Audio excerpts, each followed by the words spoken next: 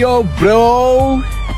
ဒီနေ့ကျွန်တော်စပင်တွားညမှာဖြစ်ပါတယ်ပြီးတော့လဲကျွန်တော်စပင်ညက်ဆရာတယောက်ကိုကျွန်တော်ခေါ်လာတာဖြစ်ပါတယ်အဲကြောင့်ကျွန်တော်ဘာကညက်မလဲဆိုတာအားလုံးပဲတစ်ချက်လောက်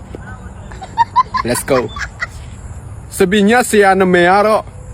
ကိုချီလူပဲဖြစ်ပါတယ်ကိုချီလူအတွက်လက်ခုပ်တီးပေးမယ်โอเค